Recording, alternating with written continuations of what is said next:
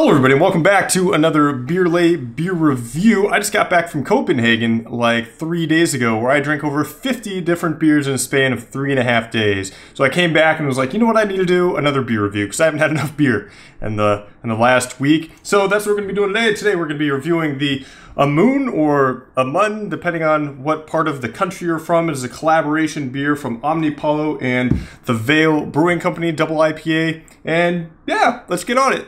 Today on Beer Lay.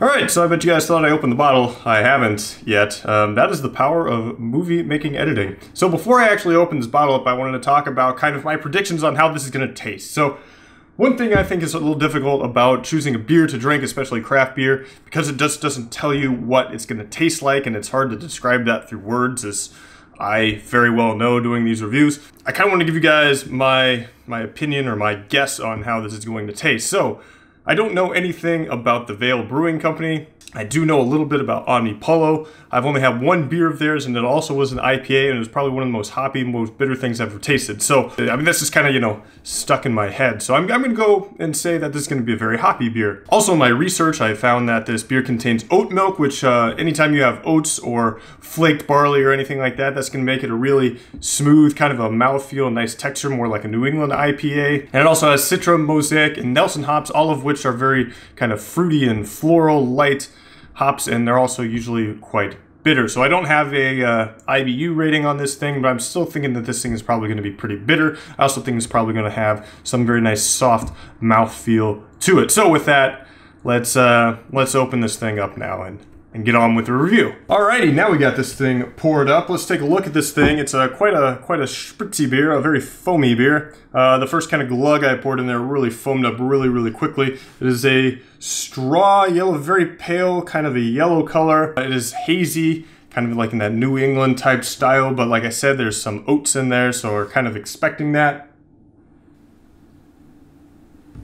Alright, it doesn't smell bitter, if that makes any sense. This beer, I do have to say, this beer is a little bit old for an IPA. It's still before its best before date, but usually you want to drink IPAs when they're nice and fresh.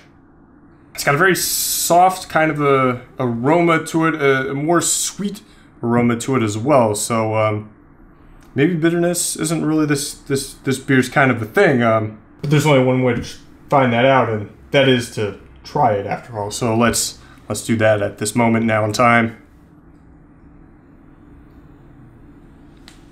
It doesn't taste like a double. It tastes like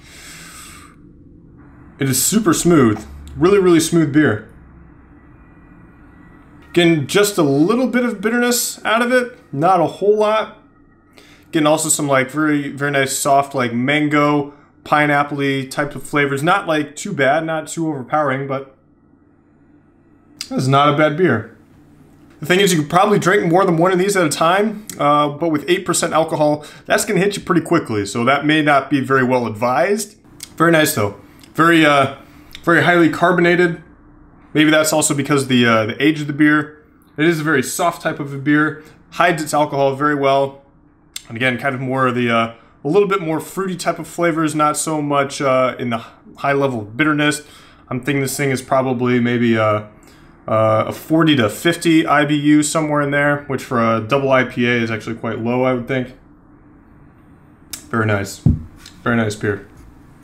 Alright, so as you might have noticed, I didn't really talk about the breweries, you know, after the opening sequence. So we're going to be talking about that right now. Like I said earlier, this is a collaboration brewery between Veil and Omnipollo. Veil is located in Richmond, Virginia, and they focus on hop-forward beers, high-gravity barrel-aging lagers, wild ales, and spontaneous fermentation.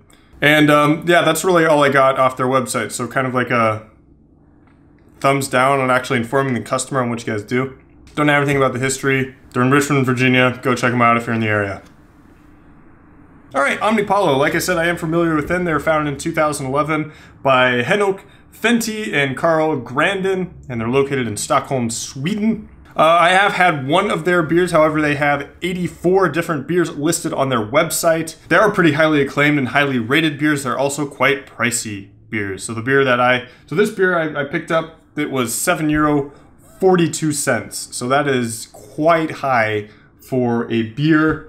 But that's kind of what you get when you are drinking Omnipollos. You guys might have seen these in the store. They either have a smiley face on them or a walking piece of shit.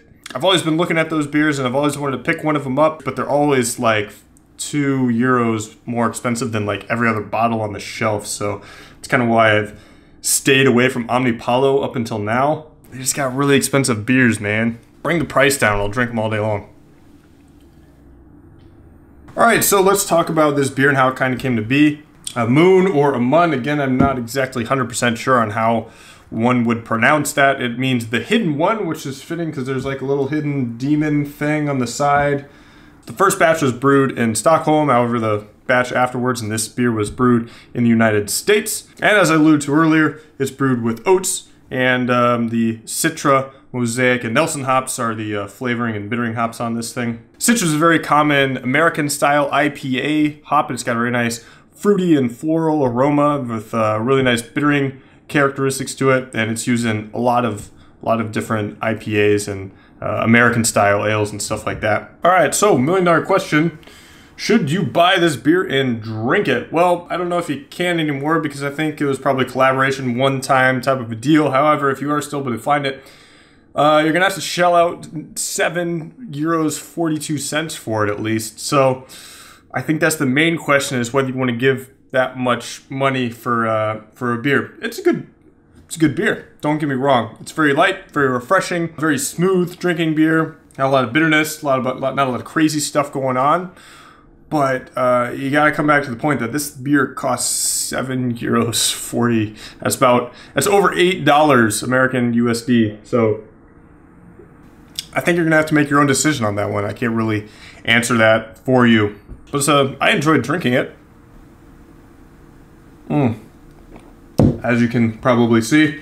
Ladies and gentlemen, that was the Amun from Omnipollo and Vale Brewing Company. So I would like to thank you guys for watching this review. Please give it a thumbs up and comment down below. And of course, subscribe if you guys want to keep seeing videos like this. And as always, don't forget to call your congressman and tell them that you support common sense gun control legislation. And with that, we'll see you guys next time on Beer Late.